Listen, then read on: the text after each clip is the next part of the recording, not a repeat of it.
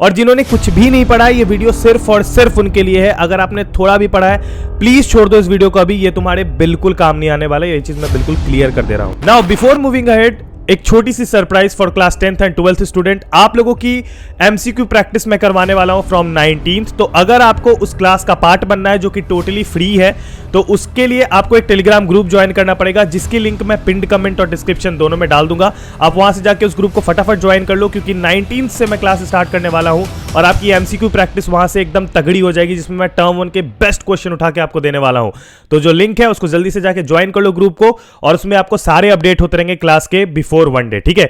तो इसलिए जाओ फटाफट जाके उसको ज्वाइन कर लो। नाउ अब सबके दिमाग में एक चीज आ रही होगी कि क्या भैया आप फिर से स्ट्रैटेजी लेके आ गए, और भाई काफी लोग भड़क भी गए थे यार पिछली वीडियो पे कि हमेशा स्ट्रैटेजी ये स्ट्रैटेजी, इस चीज की स्ट्रैटेजी, उस चीज की स्ट्रैटेजी। एक चीज मैं बिल्कुल क्लियर कर देना चाहूंगा आप सभी लोगों को, देखो strategy is not all about कि मैं भैया आपको एक चूरन बना के दे रहा हूं, ये लो चूरन खा लो और आपने चूरन खा लिया काम हो गया, नहीं। स्ट्रैटेजी तभी एप्लीकेबल होती है जब आप उसको अप्लाई करते हो और जब आप उसको रियली में अपने उस पर बैठाते हो, यानी कि आप अपने लाइफ में उसको अप्लाई कर सकते हो। मुझे पता है कि काफी सारे बच्चे कहते हैं कि अपनी स्ट्रैटेजी से पढ़ो, खुद से पढ़ो वगैरह वगैरह। तो strategy is not all about कि मैं तुम्हें पढ़ा रहा हूं वो तुम खुद ही पढ़ रहे हो, मैं तुम्हें बस एक वे बता रहा हूं जिसमें कि तुम उसी पढ़ाई को ना कि लेंदी करके बिल्कुल शॉर्ट में कर सको। अभी देखो टर्म 1 में आने में जो समय है, मैं 10 दिन को ही काउंट करूंगा अभी से, जो कि हमारे टर्म 1 के लिए हमारे पास टाइम है। क्योंकि लास्ट के अगर आप 10th के हो या 12th के हो, तो लास्ट के 2 से 5 दिन जो होंगे वो आप अपने टोटली प्रैक्टिस पे ही डालोगे, तो आपके लिए ज्यादा बेटर होगा, ठीक है।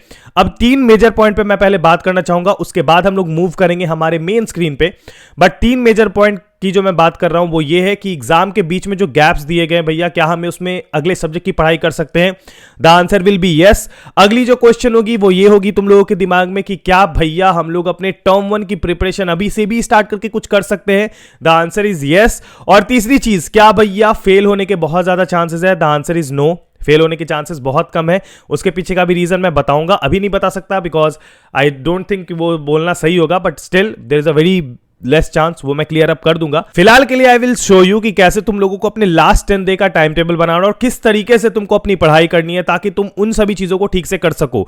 मुझे पता है कि यहां पर बहुत सारे मेजॉरिटी बच्चे जिन्होंने पढ़ाई कर ली है, लेकिन बहुत सारे ऐसे बच्चे भी है जिन्होंने कुछ भी नहीं पढ़ा है, और जिन्होंने कुछ भी नहीं पढ़ा है ये वीडियो सिर्फ और सिर्फ उनके लिए है। अगर आपने थोड़ा भी पढ़ा है प्लीज छोड़ दो इस वीडियो को अभी, ये तुम्हारे बिल्कुल काम नहीं आने वाला है, ये चीज मैं बिल्कुल क्लियर कर दे रहा हूं। नाउ अब स्क्रैच लेवल से पढ़ने के लिए क्या क्या करना पड़ेगा वो अभी हम लोग अपने स्क्रीन पे देखेंगे। बट बिफोर मूविंग अहेड मैं तुम सभी लोगों को एक बहुत ही अच्छी चीज के बारे में बताना चाहता हूं, जो कि हमारा IIT JEE का मेगा कॉम्बैट इंटीजर बोनांजा। अब ये जो है ये 21 ऑफ नवंबर को होने वाला है एट 11 AM, और इसको क्लास 11, 12th और 13th के बच्चे दे सकते हैं, 13th बोल रहे ड्रॉपर्स। और इस मेगा कॉम्बैट के थ्रू आप लोग जीत सकते हो 4 करोड़ प्लस तक के रिवॉर्ड्स, और इसमें रिवॉर्ड्स आपको बहुत सारे मिल सकते हैं, like iPad, MacBook, Samsung tab और बहुत सारे ऐसे गैजेट्स जो कि तुम्हारे रियल लाइफ में और डे टू डे लाइफ में बहुत ज्यादा तुम्हारे काम आएंगे। इसमें तुम्हारे टॉप 50 रैंकर्स को और 500 लकी पार्टिसिपेंट को सरप्राइज गिफ्ट्स भी मिलेगा, जो कि तुम लोग इसमें एनरोल करके ले सकते हो। ये एक बहुत ही अच्छा एग्जाम है जो कि 21 ऑफ नवंबर को होने वाला है, जिसमें 60 मिनट्स रहेंगे तुम्हारे पास 21 क्वेश्चन का आंसर करने के लिए। And of course class wise ही तुम्हारे सिलेबस रहेगा कि किस क्लास में क्या पूछा जाएगा, वो तुम्हारे क्लास वाइज ही रहेगा। और हाँ, मैं आपको बता दूं कि इसमें आपको एनरोल करने के लिए सिर्फ और सिर्फ एक ही चीज करनी पड़ेगी, डिस्क्रिप्शन में लिंक में जाना होगा, लिंक पे क्लिक करना होगा और इनवाइट कोड डालना होगा PDNS10। जब तुम उसे डालोगे तो ये टेस्ट अनलॉक हो जाएगी, तुम इसमें एनरोल कर सकते हो और तुम बहुत सारे बम्पर प्राइजेस जीत सकते हो on the basis of your knowledge. All links are given in description box below, जाके जरूर एनरोल करना। नाउ अभी देखो यार, एक सिंपल सी चीज मैं बता रहा हूं कि अगर तुमने अभी तक कुछ भी नहीं पढ़ा है तो यू हैव समथिंग जो कि तुमको सबसे पहले करने की जरूरत है। द फर्स्ट थिंग जो तुम्हें अभी चाहिए वो चाहिए तुम्हारे सिलेबस की, यानी जो तुम्हारा सिलेबस है उसकी एक प्रॉपर नॉलेज, ठीक है। ये तुम्हारा पहला काम होने वाला है। नाउ सिलेबस के प्रॉपर नॉलेज से मेरा क्या मतलब है वो मैं अभी समझा देता हूं। अब देखो क्या सीन है कि लेट्स सपोज तुम्हारा कुछ भी सिलेबस है, हो सकता है कि तुम्हारा मैथ्स हो सकता है कि तुम क्लास 12th के हो सकता है तुम किसी भी स्ट्रीम से हो सकता है तुम 10th में हो, ठीक है। अभी क्या है कि सबसे पहले अपने सारे सब्जेक्ट्स को उठाना है। The step 1 will be very simple, ठीक है। क्या है कि अपने सारे सब्जेक्ट को उठा रहे हैं, कैसे? तो लेट्स सपोज कि मेरे पास सब्जेक्ट्स है as physics, chemistry and maths, या फिर अगर मेरे पास सब्जेक्ट है as physics, chemistry and biology. And of course बात है कि तुम लोग अपना हिसाब से अपना सिलेबस देख सकते हो। Now what we have to know first, सबसे पहली चीज क्या करनी है, इफ यू हैव बुक, जो कि तुम्हारे पास होनी चाहिए of course as a student, अगर नहीं है सबसे पहले बुक अरेंज करो या फिर सिलेबस अरेंज करो कहीं से भी, बिकॉज बुक से पढ़ना अभी के लिए थोड़ा सा इंपॉर्टेंट है, ठीक है ना। अगर यहां पर तुम लोग ध्यान दोगे तो तुम्हारे पूरे के पूरे सिलेबस में ऐसा नहीं है कि तुम्हारा एक चैप्टर से सब कुछ आ रहा है, 100% आ रहा है, ऐसा नहीं है। बहुत सारी चीजें हैं जो चैप्टर से हटाई गई है। तो सबसे पहले उन टॉपिक को डिलीट मारना है, ठीक है। उन टॉपिक को डिलीट मारो जो कि तुमको पता चले कि वो चीजें हट गई हैं। सीबीएसई के साइट पे सिलेबस मिल जाएगा, नहीं तो मैंने भी एक्सप्लेन करी थी सिलेबस, वहां से भी चेकआउट कर सकते हो।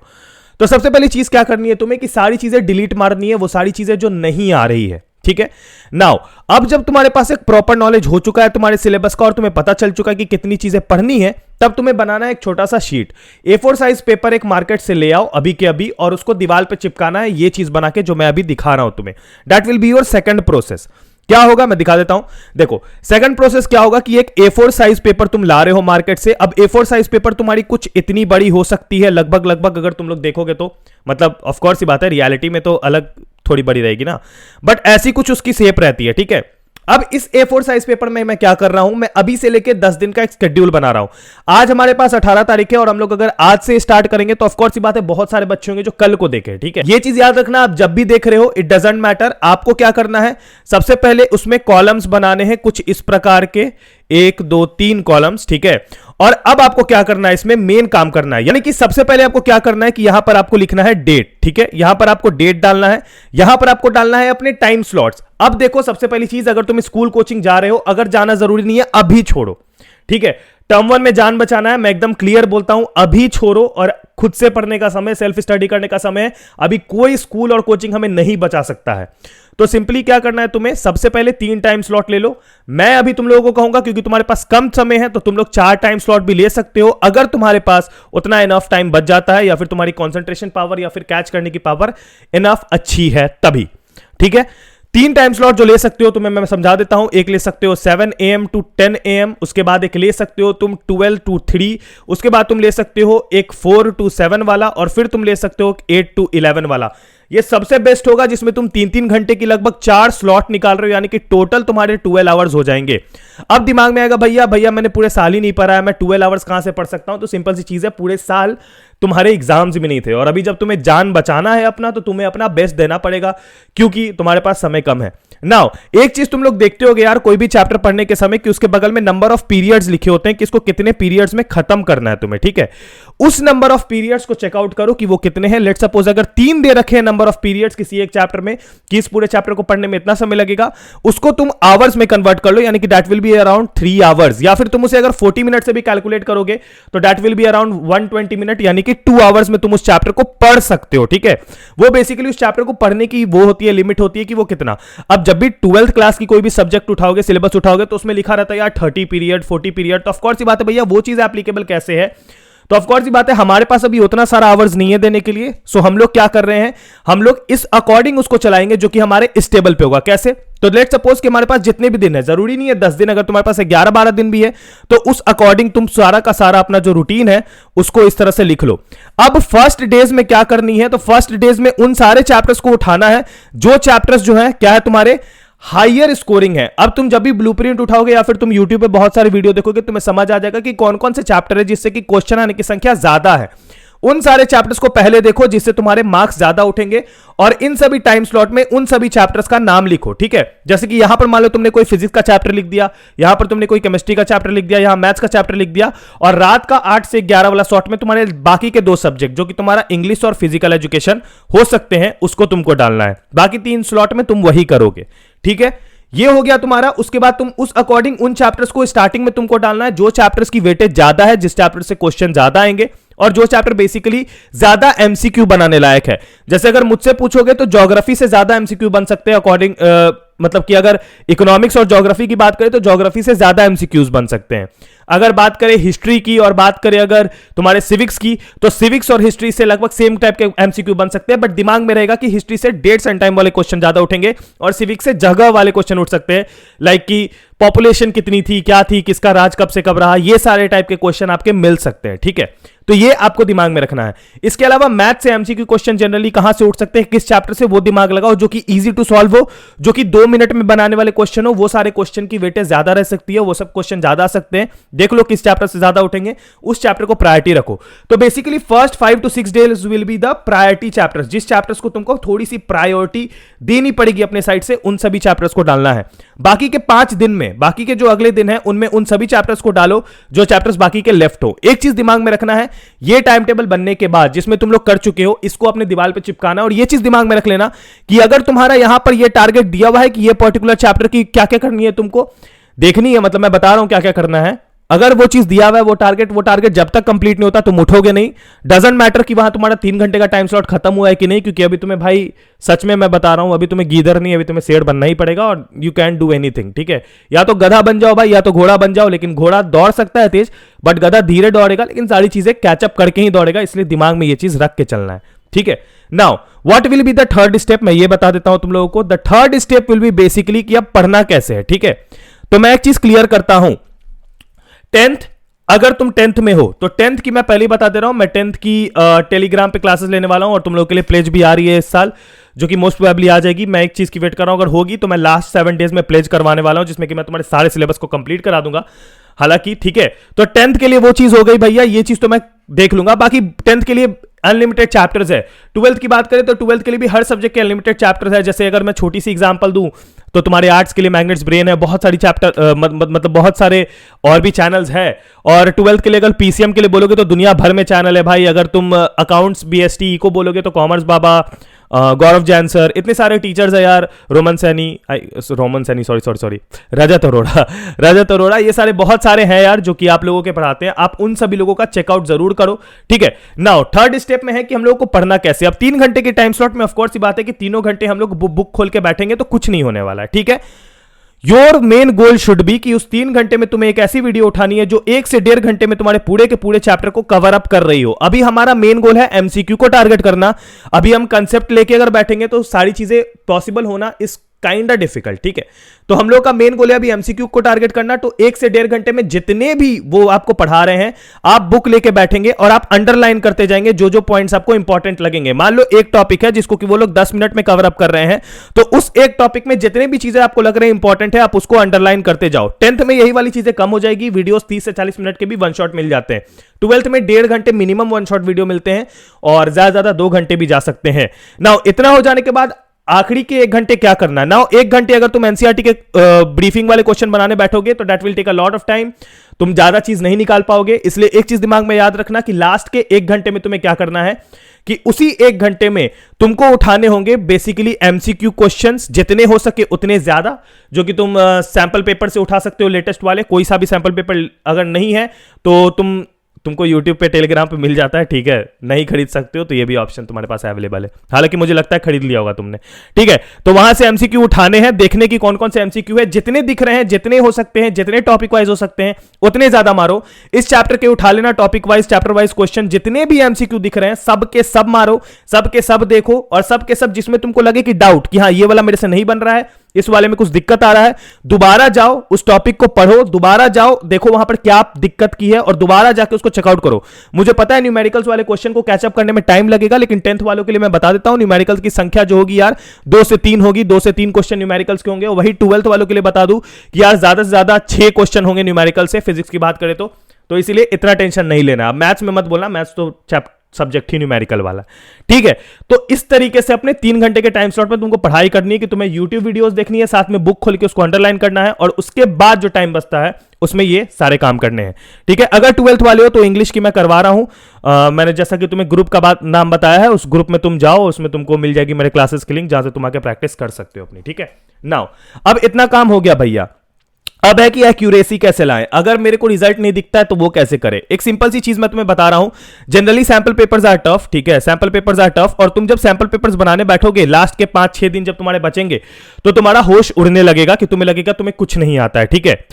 तुम्हें क्यों कैसे आएगा और क्या चीजें आएंगी मैं तुम्हें सबसे इंपॉर्टेंटली बता देता हूं। जितने भी तुम्हें केस स्टडीज दिखते हैं, बुक में दिए रहते हैं केस स्टडीज जनरली एनसीईआरटी के, और उसके अलावा जितने भी एक्टिविटीज दिखते हैं उस पर तुमको ज्यादा जोर देना है, क्योंकि वो तुम्हारे यूट्यूब वीडियोस में एक्टिविटीज नहीं पढ़ाते हैं, तो वो तुमको खुद से कवर अप करना पड़ेगा। उससे सबसे ज्यादा क्वेश्चन उठने की प्रोबेबिलिटी है, ये मैं तुम्हें समझा देता हूं अभी।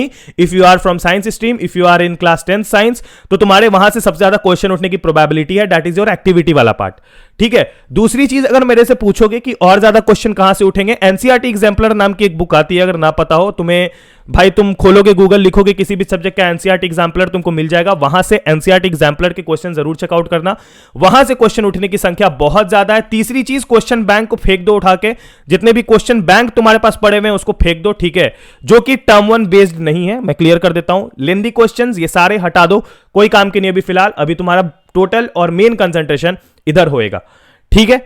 इतनी चीजें हो गई। नाउ अब आते हैं रियलिटी चेक पे, लास्ट 10 डेज में होगा कि नहीं। एक चीज मैं क्लियर कर देता हूं, यू कांट एक्सपेक्ट, अगर तुम एक्स्ट्रा ऑर्डिनरी चाइल्ड नहीं हो, वो तुम सबको अपनी लिमिट पता होती है, अगर नहीं हो तो ऐसा नहीं हो सकता you can expect 40 out of 40 और फिर 35 आउट ऑफ 35, ये टोटली तुम एक्सपेक्ट नहीं कर सकते हो। बट मेरे से पूछोगे यार, अगर तुम लोग गर्दा मतलब एकदम धुआं उड़ा के मेहनत करोगे यार, तुम इसके आसपास जरूर पहुंच सकते हो, दैट इज 35 प्लस तुम पहुंच सकते हो 40 में, और 30 प्लस तुम पहुंच सकते हो 35 में, अगर तुम लोग अपनी मेहनत अभी एकदम टॉप नॉच करो। देखो यार, नंबर ऑफ चैप्टर्स कम है, number of chapters on an average 7 chapters हैं, ठीक है, दिन हमारे पास 10 है, और ऑफ कोर्स ये बात है एक चैप्टर पे हम लोग एक ही दिन अफोर्ड कर सकते हैं। बीच में जो हमारे पास गैप है 2 से 3 दिन का किसी भी एग्जाम में, उस गैप को तुम्हें किस तरीके से यूज करना है, तो उस गैप को तुम्हें यूज करना है वाइल रिवाइजिंग। तुम उसको रिवाइज कर सकते हो, दोबारा पढ़ सकते हो, इनफैक्ट उस गैप में तुम उसी सब्जेक्ट को पढ़ो यार जो अगला आ रहा है। मेरे से पूछोगे, बहुत लोग बोलते हैं यार कि अगर तुम्हारा मान लो 3 तारीख को इंग्लिश है, अगर तुम्हारा 7 तारीख को फिजिक्स है और 10 तारीख को मैथ्स है, तो 3 के बाद तुम फिजिक्स मैथ दोनों पढ़ो। मेरे से पूछोगे नहीं, 3 के बाद तुम 7 तक सिर्फ फिजिक्स पढ़ो और 7 के बाद 10 तक तुम सिर्फ मैथ्स पढ़ो। मेरा यही लगता है भाई, क्योंकि मैं एक एवरेज स्टूडेंट था, मेरा भी काम यही था कि मेरे को कम से कम टाइम में मैं ज्यादा निकालने की कोशिश करता था। तो मैं ऐसा नहीं कहूंगा कि तुम सब कुछ पे जोर दो, लेकिन अभी फिलहाल इन 10 दिन तुमको सारे सब्जेक्ट को मैनेज करना पड़ेगा, जितने सब्जेक्ट है सबको टच करना पड़ेगा, because you don't have enough time और प्लेंटी ऑफ टाइम्स तुम्हारे पास नहीं है अवेलेबल है अभी इस टाइम पे, इसलिए इस चीज को दिमाग में रखने का। देखो, we as a creator know कि स्ट्रैटेजी वीडियोस जो होती हैं काफी बच्चों को पसंद नहीं आती है, काफी बच्चे कमेंट करते हैं कि अभी के टाइम पे पढ़ने पे ध्यान दो, स्ट्रैटेजी वीडियोस देखने में अपना टाइम मत वेस्ट करो। I totally agree with this point, और स्ट्रैटेजी वीडियो बनाने वाला मैं एक लौता इंसान नहीं हूं, हर कोई कर रहे हैं यही चीज यार, 20 दिन में करो, फिर 15 दिन में, 10 दिन में, ये हर कोई कर रहा है यूट्यूब पे, चाहे कोई टॉप क्रिएटर हो, चाहे कोई स्मॉल क्रिएटर हो, सब यही कर रहे हैं। बट मेरी बात सुनो, Why strategy videos are important? Because different type of student relate with different type of teachers, ठीक है।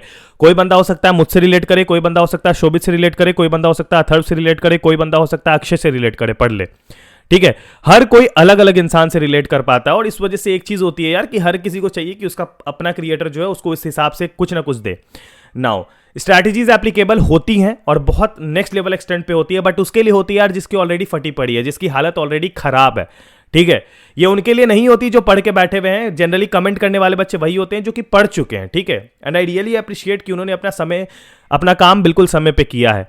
बट दो स्टूडेंट जिन्होंने कुछ पढ़ाई नहीं करी है, जिनकी मौत आई रहती है, जिनकी हालत खराब रहती है यार, उनको चाहिए होता है कि कोई एक सहारा या फिर कोई एक तरीका मिल जाए जिससे वो अपना काम कर पाए। I know I will get a lot of hate and really I don't care at this time, to be very honest, क्योंकि मेरे को चाहिए कि मैं वो चीज़ें प्रोवाइड करा सकूं, ठीक है।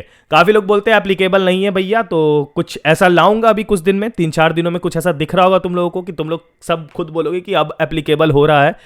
और जब कोई इंसान तुम्हें पढ़ा सकता है 7 दिन में, तो तुम पढ़ भी सकते हो 7 दिन में, ये चीज़ तुम्हारे पास दिमाग में होना चाहिए।